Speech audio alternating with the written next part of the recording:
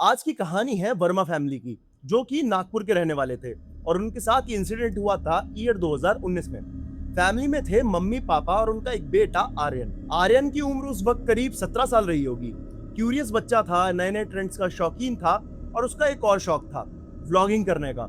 कभी अपने फोन से, कभी मम्मी के फोन से और कभी पापा के फोन से व्लॉगिंग करता रहता था। सोचता था कभी ना कभी व्यूज आ जाएंगे और फेमस हो जाऊंगा। इनकी एक नॉर्मल और खुशहाल फैमिली थी। हर छोटी बड़ी चीज को ये साथ में डिसाइड करते थे।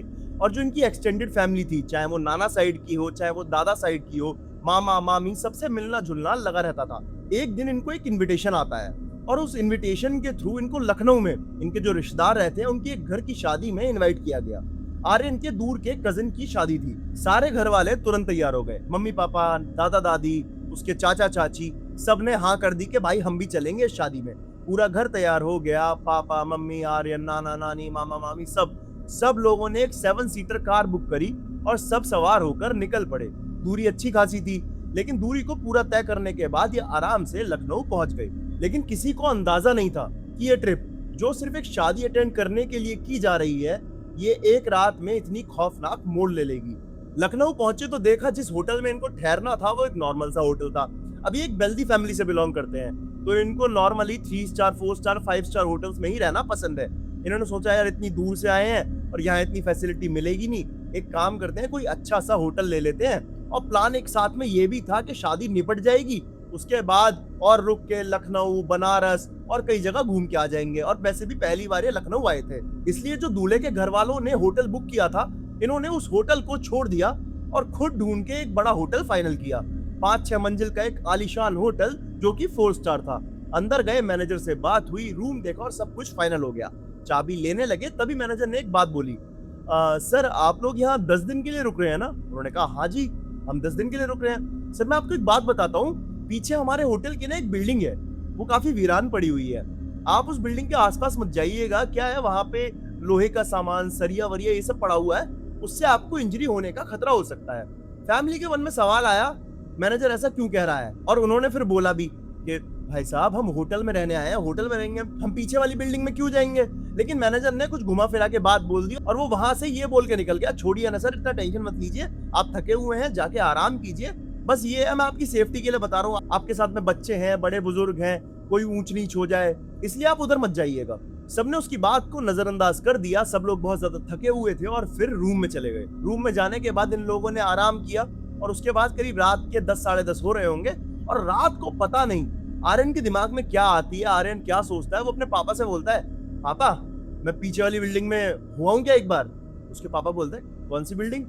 अरे पापा वही जो मैनेजर बता रहा था, वहां थोड़ा घूम के आता हूँ। तो उसके पापा बोलते, क्या दिक्कत है, कौन सा कीड़ा काट रहा है तुझे वहां जाने का? अरे पापा मैं ब्लॉग बनाता हूँ, ठीक है, मैं वीडियोस बनाता हूँ, तो मैं वहां पे जाऊंगा तो वीडियो बनाऊंगा, कैसा होटल है, वीरान, एक नया एक्सपीरियंस, एक नया प्लेस। लेकिन उसके पापा ने साफ मना कर दिया और थोड़ी स्ट्रिक्ट तरीके से डांट भी लगा दी। आर्यन मान भी गया, लेकिन सिर्फ ऊपर के मन से। उसके मन में ये था मेरे को उस जगह पे जाना है और वीडियो शूट करनी है। रात को जब सब सो गए, आर्यन को नींद नहीं आ रही थी। पापा का मोबाइल टेबल पे रखा हुआ था, उसने उठा लिया और अपने फोन को भी उठा के जेब में डाल लिया और सोचा निकल जाता हूँ, किसी को पता नहीं चलेगा, पीछे ही तो बिल्डिंग है, मैं जाके अच्छा सा ब्लॉग बना के वापस आ जाऊंगा और एक स्केरी सा एंगल डाल दूंगा उसमें कि देखो मैं कितना हिम्मत वाला हूँ, मैं एक अबेंडेंड बिल्डिंग में रात के 12:30-1 बजे गया और अगर वो वीडियो चल गई तो सोचो कितना आगे बढ़ जाऊंगा। और मेरे जो स्कूल के दोस्त हैं, जब वो ये वीडियो देखेंगे तो भाई मेरी स्कूल में नाक की ऊंची हो जाएगी, कितनी वाहवाही होगी, सब बोलेंगे कि आर्यन भाई तू तो स्टड है। और फिर वो चुपके से होटल से निकल गया। रिसेप्शन पे कुछ लोग बैठे हुए थे, क्लीनिंग स्टाफ था, लोग उसे देख रहे थे जाते हुए आते हुए, लेकिन गेस्ट है तो किसी की रोकने की हिम्मत नहीं हो सकती, क्यों रोकें। अब वो वीडियो रिकॉर्ड करते हुए उस बिल्डिंग की तरफ बढ़ने लगा। 10 मिनट चलने के बाद जब वो बिल्डिंग के करीब पहुंच चुका था, इतना पास आ गया हूँ, ना तो यहाँ पे कोई डरावनी चीज है, ना ही यहाँ पे कोई लोहा पड़ा है, ना ही यहाँ पे कोई कंस्ट्रक्शन का काम हो रहा है जिससे मुझे चोट लग जाए, ये मैनेजर क्या बकवास कर रहा था। और तभी उसे फील हुआ कि उसके पीछे कोई खड़ा हुआ है। उसने पीछे पलट के देखा तो कोई भी नहीं था। वापस मोबाइल की स्क्रीन में देखा, 1 सेकंड पीछे कोई दिखाई दे रहा था खड़ा हुआ, लेकिन अब वो नहीं था। रात का वक्त अच्छा खासा हो चुका था, अच्छा खासा अंधेरा था, एक स्ट्रीट लाइट की रोशनी और उसी लाइट में फ्रंट कैमरा से वो वीडियो रिकॉर्ड कर रहा था। विजुअल काफी डल थे, ब्लरी ब्लरी। जब आप रात में कहीं वीडियो रिकॉर्ड करो और ढंग से लाइट ना मिले तो काफी वीडियो ग्रेनी और ब्लरी आती है। इस ब्लर में उसको कोई तो दिख रहा था फोन की स्क्रीन में पीछे खड़ा हुआ। जो भी था वो इसकी तरफ बढ़ने लगा। आर्यन ने भी कदम आगे बढ़ा दिए। कैमरे में खुद को देख पा रहा था और पीछे जो चीज खड़ी थी उसको भी देख पा रहा था, लेकिन उसकी हिम्मत नहीं हो रही थी वो पीछे मुड़ के देख ले। वो डरने लगा। उसके दिल की धड़कन धीरे धीरे तेज होने लगी। उसने अपने कदमों की रफ्तार धीरे धीरे बढ़ाई और आर्यन के पीछे जो चीज थी उसने भी अपनी कदमों की रफ्तार बढ़ाई। आर्यन ने भागना शुरू कर दिया और पीछे वाली चीज ने भी आर्यन के पीछे भागना शुरू कर दिया और वो डर के मारे ये भूल गया कि उसको होटल की तरफ भागना है, बिल्डिंग की तरफ नहीं। और वो बिल्डिंग के अंदर पहुंच गया। एक बहुत बुरी सी स्मेल आई और फिर अचानक से आर्यन को ऐसा महसूस हुआ कि कोई मेरे पीछे खड़ा होकर मेरे बालों को सहला रहा है। घबरा के पीछे पलटा तो उसने देखा एक काली परछाई उसके पीछे खड़ी हुई है। अब क्या होता है, अगर आपकी खुद की परछाई हो तो वो आपके पीछे सामने नहीं खड़ी होगी, वो जमीन पे होगी। अपनी परछाई हमेशा जमीन पे नजर आती है, लेकिन वो परछाई सामने खड़ी थी। ना तो कोई चेहरा था, ना तो कोई हाथ, ना तो कोई पैर, बस एक ह्यूमन शेप परछाई। वो चिल्लाते हुए डर में इधर उधर भागने लगा और जैसे तैसे उस बिल्डिंग से निकल के सीधा होटल रूम के अंदर आ गया। किसी की नींद नहीं खुली और वो अंदर आके घबराहट में सो गया। उसको वैसे तो नींद भी ढंग से नहीं आ रही थी, लेकिन जैसे तैसे वो सो गया। अगला दिन काफी नॉर्मल गुजरा। फंक्शन शुरू हो चुका था, हल्दी और बाकी रस्में। जब तक बारात वाला दिन आया, आर्यन अपने दिमाग से उस रात को निकाल चुका था। उसको लगा शायद उसको वहम हुआ है। उसको लगा शायद वो ऐसी भयानक जगह पे अकेले रात में चला गया और मैनेजर की भी कुछ बातें उसके दिमाग में रह गई थी, इस वजह से उसे वहम हो रहा था। इतने कजिन्स थे, अंकल आंटी मिलने आए हुए थे, तो सारा दिमाग उन बातों में, खेलने कूदने में, शादी के एंटरटेनमेंट में इन्वॉल्व हो गया और वो उस रात को पूरी तरह से भूल गया। जयमाला हो रही थी, आर्यन अपनी सीट पे बैठा था और उसने अचानक देखा कि स्टेज पे एक लड़की चढ़ी, रेड कलर की फ्रॉक पहन के। पहले तो उसने सोचा होगी कोई, लेकिन आर्यन की नजर उस लड़की पे अटक गई एक बहुत वियर्ड तरीके से, और उसके चलने का तरीका भी बहुत अजीब था। और वो एक वियर्ड चाल में चलते चलते स्टेज पे आई और जो उसके भैया भाभी थे उनके बीच में आके खड़ी हो गई। और जब आर्यन ने उसका चेहरा ध्यान से देखा तो उसका चेहरा एकदम सफेद था, जैसे शरीर में खून ही ना हो। आंखें पूरी तरह काली और जो उसकी काली प्यूपिल थी वो पूरी आंख में फैली हुई थी। वाइट वाला हिस्सा दिखाई दे ही नहीं रहा था। और वो लड़की आर्यन को देख के स्माइल करने लगी। आर्यन बहुत ज्यादा घबरा गया। उसके हाथ में कोल्ड ड्रिंक का डिस्पोजेबल ग्लास था। वो ग्लास नीचे गिर गया।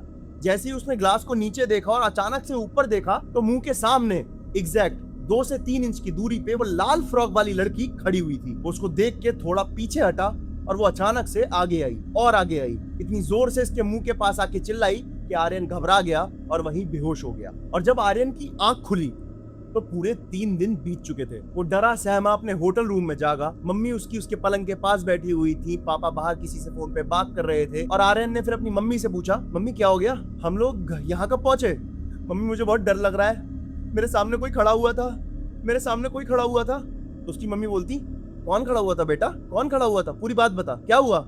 उसने अपनी मम्मी को पूरी बात बताई, उस लाल फ्रॉक वाली लड़की के बारे में बताया। फिर उसकी मम्मी ने बताना शुरू किया, बेटा तुझे पता है जब तू चिल्ला के बेहोश हुआ था ना, उसके 3 दिन बाद उठाया तू। जैसे ही आर्यन ने बात सुनी, आर्यन का दिमाग खराब हो गया। उसके दिमाग के परखच्चे उड़ गए। मैं 3 दिन बाद जागा हूँ और मुझे पता भी नहीं चला। हाँ बेटा 2 दिन तो तू हॉस्पिटल में रहा है। मम्मी मैं तीन दिन तक बेहोश कैसे रहा, मैं 3 दिन तक कैसे सोता रहा? फिर आर्यन की मम्मी बोलती, नहीं बेटा तू सो नहीं रहा था, तू कुछ ऐसी हरकतें कर रहा था जो अगर मैं तुझे बताऊंगी तो तू बहुत ज्यादा डर जाएगा। उसके पापा ने तुरंत फोन काट दिया और फोन काट के तुरंत बोले, रुक जा, मैं बताता हूँ इसे, मैं बताऊंगा क्या हुआ। और फिर पापा आए। पापा आर्यन के बेड के पास एक कुर्सी लेके बैठ गए और फिर बोलना शुरू किया, बेटा तू चिल्ला के बेहोश हुआ था शादी वाली जगह पे। हम दौड़ के तेरे पास पहुंचे, उठाया, पानी डाला, जगाने की कोशिश की, लेकिन तू जागा ही नहीं। तेरा शरीर बहुत ज्यादा गर्म पड़ गया था। सबको लगा शायद तेरा बीपी बढ़ गया है या तेरे को बुखार आ गया है। जहाँ शादी हो रही थी वहीं के एक रिजॉर्ट के रूम में तुझे लिटाया गया। सब बाहर शादी अटेंड करने में लग गए। तेरे को रूम में अंदर लिटा के तेरी मम्मी बाथरूम चली गई और अचानक तू उस रूम के अंदर से चिल्लाने लगा जोर जोर से और उठा के चीजों को पटकने लगा, फेंकने लगा। इवन तूने उस रिजॉर्ट के अंदर जो LCD टीवी लगी हुई थी उसको भी फोड़ दिया था। ये आवाजें बाहर किसी लड़के को सुनाई दी जो कि शादी अटेंड करने आया हुआ था। वो भागता हुआ हमारे पास आया और हम जब रूम में पहुंचे तो देखा तू अपना सर दीवार पे इतनी बुरी तरह मार रहा है कि तेरा सर फूल गया था। बस भगवान की कृपा है कि तेरा सर फटा नहीं था। कमरे का पूरा सामान तूने तोड़ फोड़ डाला था और हम सभी लोगों ने तुरंत पकड़ के तुझे गाड़ी में डाला और होटल में ले आए। लेकिन वहां आने के बाद तेरा बिहेवियर और ज्यादा बदल गया। तू और ज्यादा एग्रेसिव हो गया। सबको गालियां देने लगा, फिर अलग ही एक भाषा में, अलग ही एक लैंग्वेज में बात करने लगा जो हमें समझ में नहीं आ रही थी। पीछे होटल का स्टाफ भी खड़ा हुआ था। जब हम तेरे को गाड़ी से निकाल के लाए थे तो होटल के स्टाफ ने भी हमारी हेल्प करी थी। उस होटल के स्टाफ में एक वेटर था। वो बोला, सर मैं इस भाषा को जानता हूँ, ये बहुत पुराने टाइम में हमारे गांव की एक बस्ती में बोली जाती थी। और फिर उस वेटर ने हमसे पूछा, सर आपका क्या लड़का हिमाचल प्रदेश के किसी स्कूल में पढ़ता है, या आप कभी किसी ऐसी जगह पे गए हैं क्या जहाँ आपने लैंग्वेजेस को सिखाई हो? तो मैंने बोला, हम तो कभी नहीं गए। तो फिर वेटर काफी ज्यादा घबरा गया और वो बोला, तो ये कैसे पॉसिबल है? इतना छोटा लड़का हिमाचल प्रदेश के छोटे से कस्बे में बसने वाले ट्राइब्स की भाषा इतनी क्लियरली बोल रहा है। बस फिर ये बात सुनने के बाद हम सबका दिमाग खराब हो गया और तेरे नाना नानी बोलने लगे, तुझे कोई भारी हवा लग गई है। और सब घबरा के बोलने लगे, तुझे किसी तांत्रिक के पास ले जाना पड़ेगा, तेरा इलाज कराना पड़ेगा। हमारे समझ में नहीं आ रहा था कि डॉक्टर के पास लेके जाएं कि किसी तांत्रिक के पास लेके जाएं। हमने सोचा पहले डॉक्टर के पास लेके जाते हैं, और जैसे ही हमने तुझे उठाया गाड़ी में डालने के लिए, तू अचानक से बेहोश हो गया और तेरा शरीर बिल्कुल ढीला पड़ गया और उस समय तेरी सांसें भी अचानक रुक गई थी। हमें तो लगा शायद बेटा तू खत्म हो गया। फिर तेरे नाना ने बोला, इसको बाहर ले जाना ठीक नहीं होगा, यहीं किसी को बुला लेते हैं। तो हॉस्पिटल में एक डॉक्टर था, उस डॉक्टर को बुलाया गया। उस डॉक्टर ने तेरे को देखा तो बोला, इसकी बॉडी तो बिल्कुल नॉर्मल है, बस ये होश में नहीं आ रहा, पता नहीं। लेकिन हम सबके मन में एक वहम था कि शायद कोई ऊपरी हवा का चक्कर है। इसलिए तेरे भैया भाभी जिनकी शादी हो रही थी, उनके माँ बाप ने एक तांत्रिक बाबा का नंबर दिया और तांत्रिक बाबा ने तुझे देख के बोला, और फिर हमने उन तांत्रिक बाबा को बुलाया। और तांत्रिक बाबा ने जैसे ही तुझे देखा, उन्होंने बोला, तेरे ऊपर एक बहुत ही खतरनाक प्रेत आत्मा का साया लग गया है, वो भी तेरे डर की वजह से, वो तेरे अंदर आ गई है। अगर ठीक करना है तो कोई ना कोई विधि करनी पड़ेगी। तो हमने भी बोल दिया, बताओ बाबा किस मंदिर में लेके जाना है, कहाँ लेके जाना है, कहाँ करनी पड़ेगी विधि, हमारे बच्चे को बचा लो प्लीज। फिर बाबा ने 1 मिनट का पॉज दिया और उसके बाद बोले, मेरे हिसाब से इस बच्चे को इस होटल से बाहर निकालना ठीक नहीं होगा। मुझे डर है कि अगर हमने इसको होटल रूम से बाहर निकाला और वो आत्मा एग्रेसिव हो गई तो शायद इस बच्चे की मृत्यु हो जाएगी। हमें हवन यहीं करना पड़ेगा। अगर हमने तुम्हारे बच्चे आर्यन को बाहर निकाला तो शायद ये बच ना पाए। फिर हमने बड़ी मुश्किल से हाथ पैर जोड़ के, पैसे दे के, गिड़गिड़ा के होटल के ओनर को मनाया। उसके बाद हमने होटल के रूम में हवन कराया, और हवन कराने के बाद भी पता है तांत्रिक बाबा क्या बोल के गए, इसको 1 दिन में होश आ जाएगा, और अगर 1 दिन में होश नहीं आया तो समझ जाना तुम्हारा बेटा तुम्हारे पास नहीं रहा। अगर ये जागता है तो वो तुम्हारा बेटा नहीं होगा, वो किसी और आत्मा से पोजेस्ड हुआ दूसरा इंसान होगा। हमने बहुत पूजा पाठ करे, हमने मालाएं जपी, तेरी मम्मी पता नहीं कहाँ कहाँ माथा टेक आई, बस भगवान की कृपा रही कि तू ठीक हो गया। आर्यन ने पूरी बात सुनकर बोला, लेकिन पापा मुझे तो कुछ याद ही नहीं है, मेरे को तो समझ में ही नहीं आया मेरे साथ हुआ क्या था। उसके बाद आर्यन ने घबराते हुए डर में अपने पापा को वो बात बताई कि पापा मैं बिल्डिंग में गया था पीछे वाली, मैं आपको बिना बताए चला गया था जब आप सब लोग सो गए थे। उसको उस वक्त तो डांट नहीं पड़ी, थोड़ी शांति दी गई, नाश्ता पानी कराया गया। लेकिन कुछ टाइम बाद जब ये लोग नागपुर वापस आए, घर पहुंचते ही जो मार लगी, जो बेल्टें पड़ी, जो डांट पड़ी, भाई साहब इसके अंदर उस चीज का डर ज्यादा बैठ गया भूत से। ये बात मुझे आर्यन ने खुद बोली है। अब इस इंसिडेंट को करीब 6-7 साल हो चुके हैं और आज भी आर्यन अकेला कहीं भी जा नहीं सकता। जहां भी जाता है अकेले, चाहे वो इसका बाथरूम ही क्यों ना हो या फिर किसी होटल रूम का ही रूम क्यों ना हो, इसको शक होता है कि कुछ गड़बड़ हो सकती है।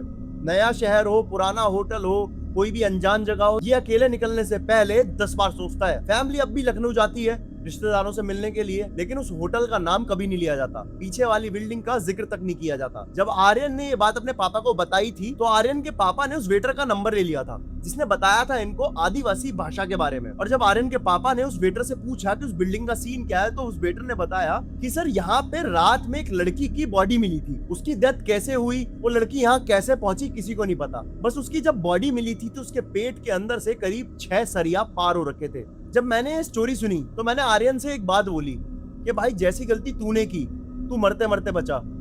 मैं तो अपनी वीडियो में भी हर किसी को यही बोलूंगा कि भाई ऐसी गलती कभी कोई ना करे। तो दोस्तों ये थी आर्यन वर्मा और उसकी फैमिली की कहानी। लखनऊ की एक शादी, एक होटल और उसके पीछे खड़ी एक वीरान बिल्डिंग जिसे देखना भी मना था, लेकिन एक 17 साल के बच्चे ने अपना व्लॉगिंग करियर बनाने के लिए अपनी जान तक को दांव पे लगा दिया। पता है इस कहानी से क्या सीख मिलती है? अगर कभी कोई लोकल मैनेजर किसी जगह पे जाने से आपको मना करे या फिर किसी जगह की जानकारी दे के ये जगह ठीक नहीं है यहाँ पे जाना, तो भाई वहां से दूर ही रहो, उसकी बात को हल्के में मत लो। दूसरी बात, 16-17 साल के बच्चों में इतना दिमाग नहीं होता, उन्हें रात के अंधेरे में अनजान जगहों पे कभी जाने नहीं देना चाहिए, चाहे वजह कितनी ही जरूरी क्यों ना हो।